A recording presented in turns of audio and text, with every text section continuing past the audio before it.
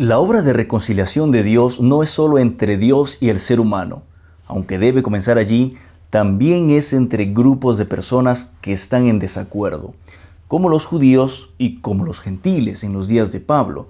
¿Quieres conocer más sobre este tema? Entonces, acompáñame en el repaso reflexivo de la lección de escuela sabática.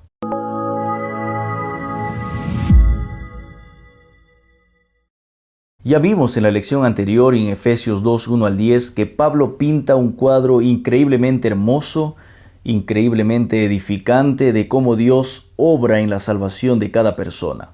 Ser salvo significa ser llamado por el Mesías, resucitado con el Mesías, ascender con el Mesías y ser exaltado con el Mesías. Eso vimos en la lección anterior.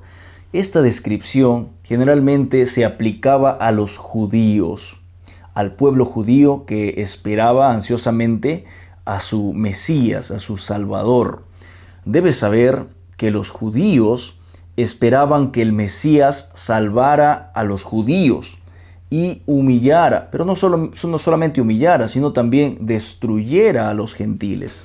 Pero Pablo en Efesios nos da la correcta interpretación de lo que Jesús vino a hacer en esta tierra. Pablo en su carta explica que la salvación no es para una nación en específica. La salvación no es para una raza en específica. Pablo trata de explicar que la salvación es para todos, para los judíos y para los gentiles. Ambos grupos se salvan cuando están con Cristo. La lección de esta semana básicamente nos hablará de 4 temas.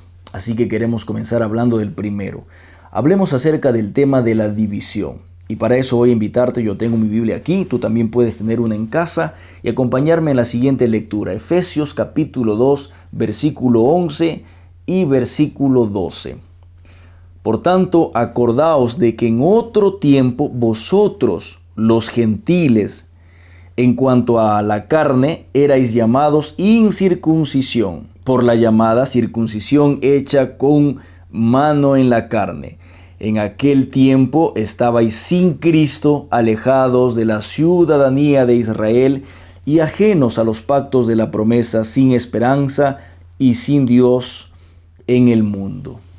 Recordemos que los judíos despreciaban a los gentiles porque eran incircuncisos y los gentiles despreciaban a los judíos por su circuncisión. Pero la diferencia entre ambos pueblos era más profunda que una señal externa como la circuncisión. ¿Cuál era esa diferencia? Pues que los gentiles, antes de conocer a Jesús, desconocían el verdadero camino de la salvación, ¿verdad? No pertenecían al pueblo escogido por Dios. No tenían parte en el pacto con Israel, no tenían esperanza y finalmente no tenían ni temían a Dios. Sabes, amigo, la tarea de un cristiano nunca será usar su conocimiento para humillar, para criticar o para lastimar a otra persona. La tarea de un cristiano genuino es buscar la manera de ayudar a las personas que ahora no conocen a Cristo para que puedan encontrar el camino que los lleve a Él. Si alguna vez te encuentras con alguien que está en una situación pecaminosa, no te preguntes cómo llegó a esa situación. Mejor pregúntate cómo puedo ayudarlo a salir de esa situación pecaminosa. Esa es la tarea de un cristiano. Hablemos ahora de la reconciliación. Y ahora vamos a leer los siguientes versículos. Versículo 13 y versículo 14. Dice así. Pero ahora en Cristo Jesús, vosotros que en otro tiempo estabais lejos, habéis sido hechos cercanos por la sangre de Cristo. Él es nuestra paz, que de ambos pueblos hizo uno, derribando la pared intermedia de separación. Qué interesante estos versículos. Habla aquí de una pared, habla de una reconciliación. Al aceptar a Jesús, tanto judíos y gentiles han encontrado el punto de unión, han encontrado el punto de fraternidad. ¿Cómo funciona esta reconciliación? Es decir, ¿qué sucede en esta reconciliación? Pues debes saber que los que estaban lejos, es decir, los gentiles, ahora están cerca y son redimidos. Igual que los judíos y gentiles dejan sus hostilidades al pie de la cruz y la cruz se encarga de eliminar la enemistad. La cruz les genera también esa paz que tanto buscan los seres humanos. Jesús los reconcilia creando un solo pueblo. Ahora son hermanos y ahora son hermanas, ahora son una familia unida en Cristo Jesús. La reconciliación se experimenta cuando los miembros de iglesia dejan de lado cualquier diferencia y reconocen a los otros miembros de iglesia como sus propios hermanos. Jesús es el único que puede generar el milagro de la reconciliación. Acuérdate de esa frase. ¿Hace cuánto tiempo que llevas la carga pesada del rencor? ¿Eres alguien que por una discusión sin sentido con tu hermano, hace mucho tiempo que dejaste de hablar con él? Recuerda, Jesús es el único que puede generar el milagro de la reconciliación. Ve a Él, no tardes.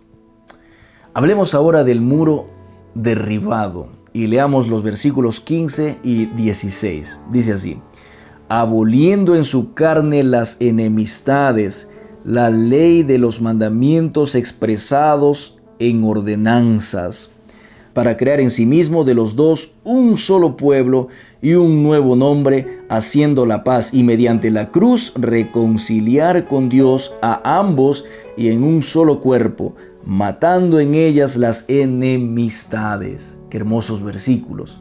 Para lograr la unión, para lograr esa reconciliación entre los judíos y los gentiles, tuvo que derribarse una pared, y Jesús derribó la pared intermedia de separación. Para conseguirlo, dice el texto, que Jesús anuló la ley con sus mandamientos y requisitos. Yo me pregunto, ¿qué ley abolió Jesús? ¿Los 10 mandamientos? Pues antes de contestarte, debes saber que no podemos tomar un texto de la Biblia y con solo ese texto crear una afirmación o un principio bíblico. Entonces, ¿qué hacer? Pues tenemos que revisar el contexto y revisar todo lo que dijo Pablo en sus cartas, y allí nos daremos cuenta que Pablo animó a la iglesia a seguir guardando los 10 mandamientos. ¿Y por qué aparece aquí hablando también de otros mandamientos? En ese tiempo nadie se cuestionaba, nadie discutía que matar era malo, que mentir era malo, que deshonrar a los padres era malo. Entonces, la ley que generaba conflictos entre judíos y gentiles no era los 10 mandamientos. La ley que generaba conflictos entre los gentiles y los judíos era la ley ceremonial, no los 10 mandamientos.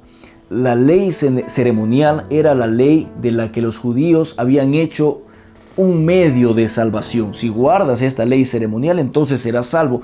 Eso era falso. Finalmente, queremos hablar acerca del mensaje de paz que nos da también estos textos. Y voy a invitarte a leer los versículos 17 y 18.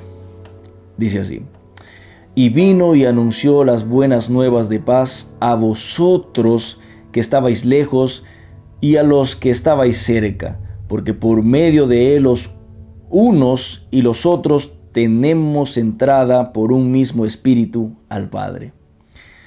Tanto a gentiles que estaban lejos como a judíos que estaban cerca, Cristo les había anunciado el evangelio de paz a través de los apóstoles. ¿Qué nos produce esa paz? O mejor dicho, haciendo una pregunta más personal, ¿de qué manera podemos encontrar la paz que tanto buscamos, que tanto has buscado?